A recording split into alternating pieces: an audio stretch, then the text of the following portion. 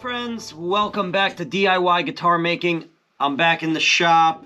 We're gonna be messing around with this gorgeous birdseye maple billet here that I have primarily for making a neck blank for guitar number 116, but I'm also going to be cutting a fretboard out of this as well.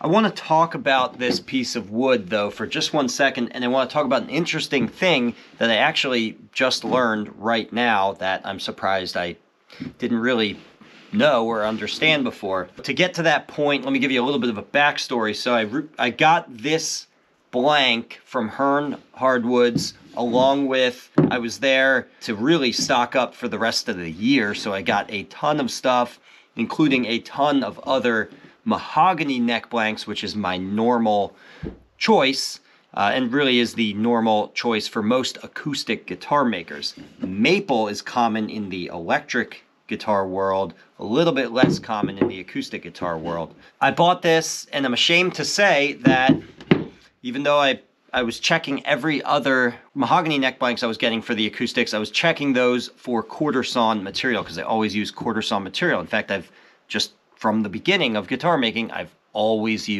understood quartersawn for necks. You don't break that rule. I mean, it's kind of like soundboard material.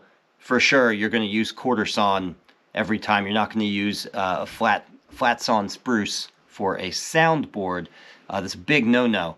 And I assume the same for neck wood as well.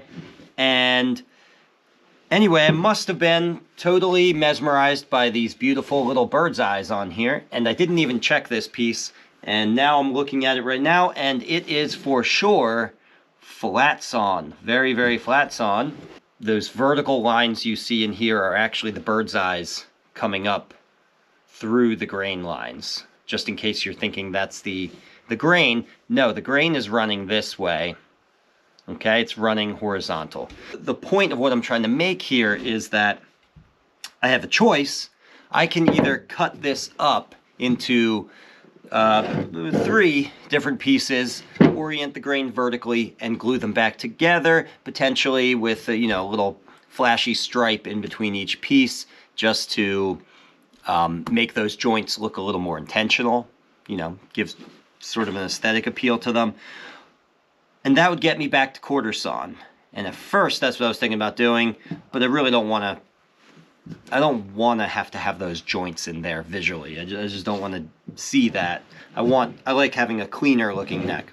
And then I got on the interwebs and read around a little bit and was surprised to find out something that you electric guitar makers out there probably knew all along and don't even think about. It's probably 101 kind of stuff, but I don't build electric guitars.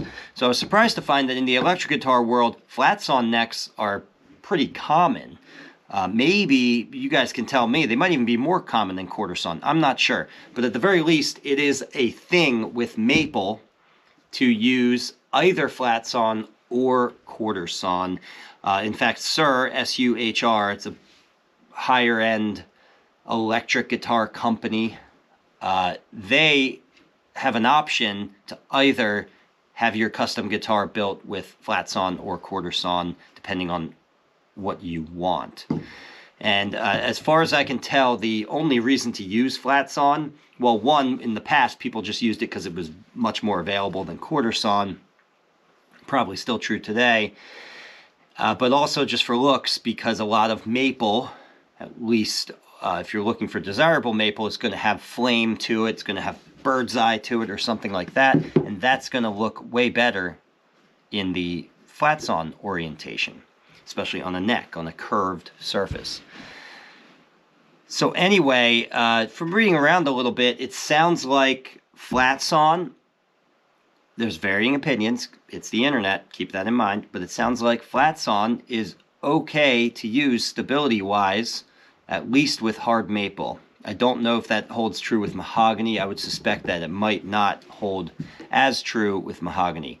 But anyway, long story short, I'm going to give this a shot. I'm actually going to treat this as another little experiment among many experiments that we do here in the shop. I like to learn things, so it seems like Flatsawn is okay, so we're going to go with it. We're going to do a Flatsawn birdseye maple neck, which, again, to a lot of you guitar makers out there, you might be thinking, well, that's not a big deal. I use Flatsawn all the time. To me, this is a inversion of reality. I am not used to using Flatsawn lumber for guitar necks, and in fact, it makes me a little bit uncomfortable. But hey, we're going to do it, and we're going to see what happens. Okay? So I'd imagine the Flatsawn material for a neck is going to be, in theory, it should be a little bit less stable, but honestly, and this is what I was reading just now, if you source it well and it's been kiln dried and it comes from a reliable source, that shouldn't be an issue. The stability thing shouldn't be an issue. The one other thing is that the string tension on your neck is pulling on your neck, right? And so your neck is going to be stronger against, it's going to be able to resist that pull a little bit better if the grain orientation is vertical rather than Flatsawn. However, maple is quite a bit stronger than mahogany anyway, so I think that's why this works out, right? I think that's why this is a thing with maple. Okay, so a lot of this right here is me thinking out loud. I'd love to hear what you guys have to say about this, especially you guys who build electric guitars or are just more familiar with maple as a neckwood. This is new to me. I'm a mahogany guy from the very beginning. And quartersawn or nothing. That's always been the way it was taught to me. So this will be fun. Let's do it. So let's jump right into this then. I'm going to talk about how I'm going to divide this out and then true it up and cut out a neck blank. Maybe we'll get started on the scarf joint even. That would be fun. All right, so the first thing I'm going to do is square this up and true it up. It's already pretty true and square, but I can see there's a little bit of a slight sort of twist in there. And so I just need to take that to the jointer and possibly the planer or the table saw to just true this up, re-true this up, because I think it changed slightly since I traveled it from Hearns to here.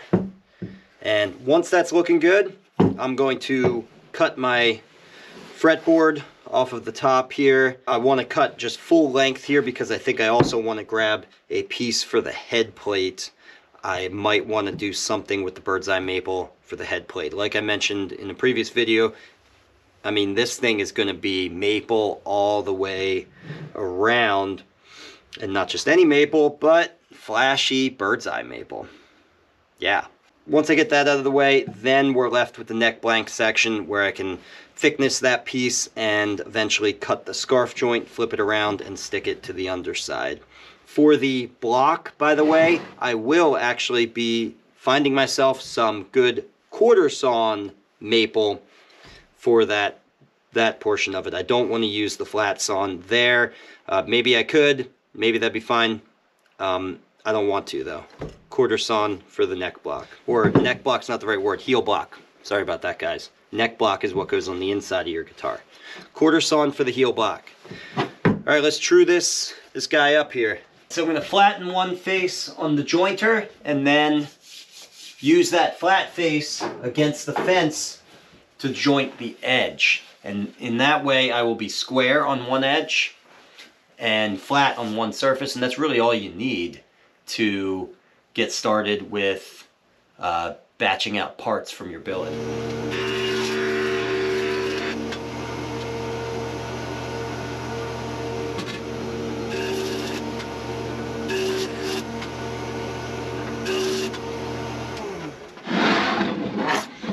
And so here's my fretboard thickness, my final fretboard thickness or actually no, it's not my final fretboard thickness. This is my final thickness for the blank, not the final thickness on the guitar. Kind of confusing. Sorry I explained it that way, guys. What I really mean to say is 0.255 is what I aim for as a starting thickness for fretboard blanks. There we go. And so I'm going to take this and scribe that all the way across. By the way, if you guys haven't ran across this tip from me before, if you have a whole bunch of marking gauges, which I do, maybe you don't, but you could get a whole bunch of marking gauges, you can dedicate them to certain tasks that you know every single time. Hey, I make a fretboard blank, for example. I do it to the same exact thickness. Well, you can just flag that FB blank thickness and set that up permanently, dedicate it so that you don't have to reinvent the wheel every single time. All right, so this is what I'm cutting out. I'm gonna cut a little bit high off that line, of course, because the bandsaw leaves marks, and I want to be able to plane down to that line in the end. So let's go cut this on the bandsaw. All right, so I was about to cut that fretboard, and you guys know how I have all those windows by the shop. I looked out the window and I saw this huge hawk swoop down and grab one of my chickens, and there's kind of feathers here everywhere, and a little bit of blood right there where I stepped in that shoe print. There's actually quite a bit more blood over there. So anyway, it's one of the, I guess, downsides of having these, or upsides or downsides depending on how you look at it, of having these big windows, is you see something happen outside and you have to deal with it. It pulls you away from guitar making. So I'm gonna have to go find that chicken, which has now, is most certainly going to die, and has wandered off somewhere. And I'm gonna find that chicken and finish dispatching him. Don't worry, I won't show you guys any of that. We'll just jump right back to guitar making. Yeah, that bird was outside of the coop, which he shouldn't be, and so that's why he was vulnerable like that, because he couldn't get back in the fence and run into the coop for safety. So let's go find the chicken, or I'll go find the chicken, and then do the dirty work and get back to guitar making. So this will be somewhat of a shortened day as far as the work I'm going to get done actually in the shop. Such is life. So I've got good news and bad news. We'll start with the bad news. It looks like I will not be having chicken for dinner tonight. So that's unfortunate, but the good news is I think that little guy is going to be okay. I found him. He's, you know, running fast and flapping his wings and acting normal, and that blood that I spotted was actually, I come to find, just these pokeberries happened to be in that same spot, and you can see more of them down there, kind of creating the impression of blood. So yeah, I'm gonna watch that chicken closely, though. There's still a good chance that he did get injured, and in that case, he graduates to freezer camp. And that's okay too. Let's get back to building guitars. This is all very irrelevant and not what you came here to see, but hey, I had fun. All right, let's go cut a fretboard. Okay, and we're back in the shop after about a 2-hour diversion into animal husbandry. But hey, it's nice to get outside for some fresh air every once in a while. So let's go ahead and cut this. I'm going to install this resaw bar to my fence, which allows me to adjust for bandsaw drift as I'm making this cut along such a long piece here. So this is the kind of thing you do whenever you're cutting out tall pieces of a certain length, where you're worried about the flex of the bandsaw blade traveling as it goes from one end of the piece to the other. Bandsaw drift is going to mean that you're going to end up in a very different place on the other end of the piece, either undercutting your line or massively overcutting the line. And so you place this on your fence. Actually, there's a couple of ways to deal with bandsaw drift, but this is one of them. You put a resaw bar on your fence. And now, instead of resting the wood against the fence and running that through and just letting the bandsaw drift happen, the wood is now going to rest against this little bar right here. And I can actually, here, let's take this to show you. So I can rest it against that bar, and then I can actually swivel side to side on that bar in order to adjust how the blade is traveling along my line. Okay, and that will keep me right on my line.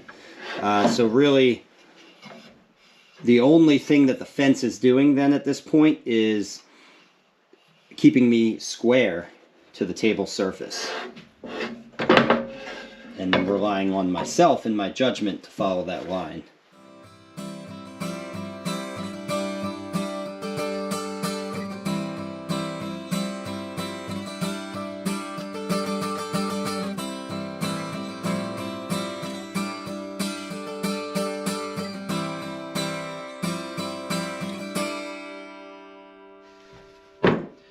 Okay, there it is. Let's put this aside for later use. That's our fretboard. And now with this, let's go ahead and figure out how much wood we need in total length for our neck. And that's pretty simple to figure out. So this will be a parlor guitar. We're going to be using a 24.563 inch scale length. And in my particular case, we're doing a 13 fret model, which is just my own thing here that I wanted to do to be weird for this. I did it for the last two parlor guitars as well, by the way. So 13 fret to the body parlor guitars that's just going to be the ongoing thing for me with a parlor size instrument. But just so you know, most guitars are 12 frets to the body or 14, okay? So when I say 13 here, you're going to be using whatever fret to the body measurement your instrument uses. And so you can simply use your template and line up that neck joint. You know, that'll run out all the way to the nut. And then we need to add about 1/4 inch for the thickness of the nut itself. And then also about 7/8 of an inch for the tenon. And that's what this little mark on the template here is for. So I'm going to slide that forward right up to that mark. And then I have this extra mark here, which indicates that extra 1/4 inch that I grab ahead of the nut. And then you just need to add your headstock length to that. I have a template here somewhere. Where did I put that? So you could just take your template right here and hold that like that. And that is how much neck length we need. Now you always want to cut yourself quite a bit of extra neck length because there's several steps: cutting the scarf joint, making the neck joint, the mortise and tenon or the dovetail, whatever you're using. All of these things, there's the potential and the definite reality of you losing a little bit of length off your neck blank at every single step, and so you have to leave a little bit of extra so you don't end up running short. So again, just to add it all up, we have our tenon, it's our neck to body joint. Then we have our scale length out to the 13th fret, and then we have an extra about 1/4 inch for the nut itself, and then 7 inches for the headstock. Square that whole thing across.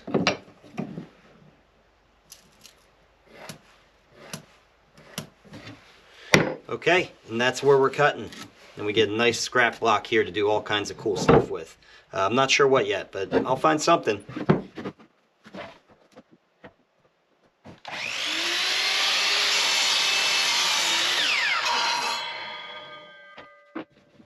Alright, now let's use my other marking gauge here, which I have set up for my neck blank thickness.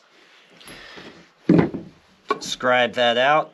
Now I'm realizing, I didn't think this would be the case, but I can see that I knew I'd have a lot of extra thickness here, but I Didn't think I'd have enough for another fretboard blank. Think I might. It's very tight. But here's my fretboard one. Yeah. So I think I can do that. Just scribe this out first. Okay, so check this out. If I can keep my bandsaw blade between these two lines and not contact either of them, then I can have both. I can have a fretboard blank on this side and a neck blank on this side. Okay, so let's do that. Okay, that worked out beautifully. I got myself a whole nother bonus fretboard here, and I still have enough neck blank thickness here to work with. It is very tight though, so I only have a little bit of planing to do.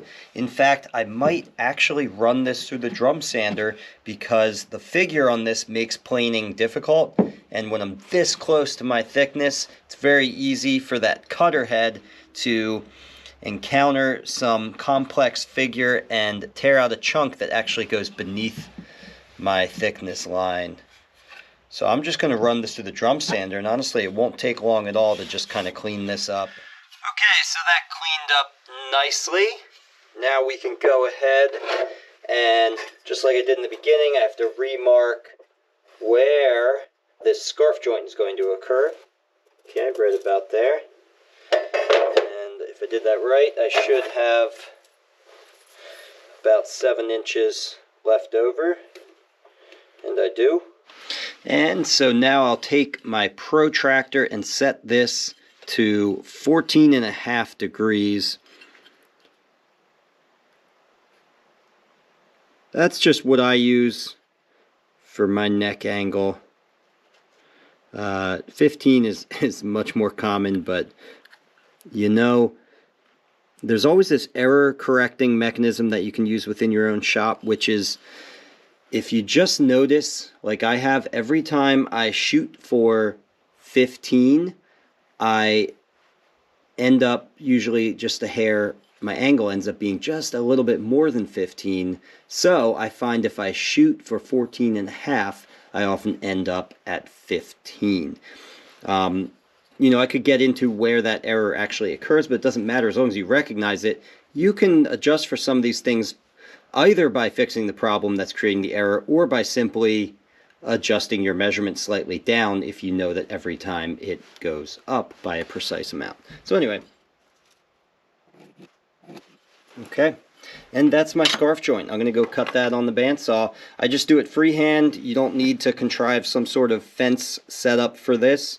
You literally just follow the line with a good, large, say 3/4 inch blade on your bandsaw so that it'll track nice and straight.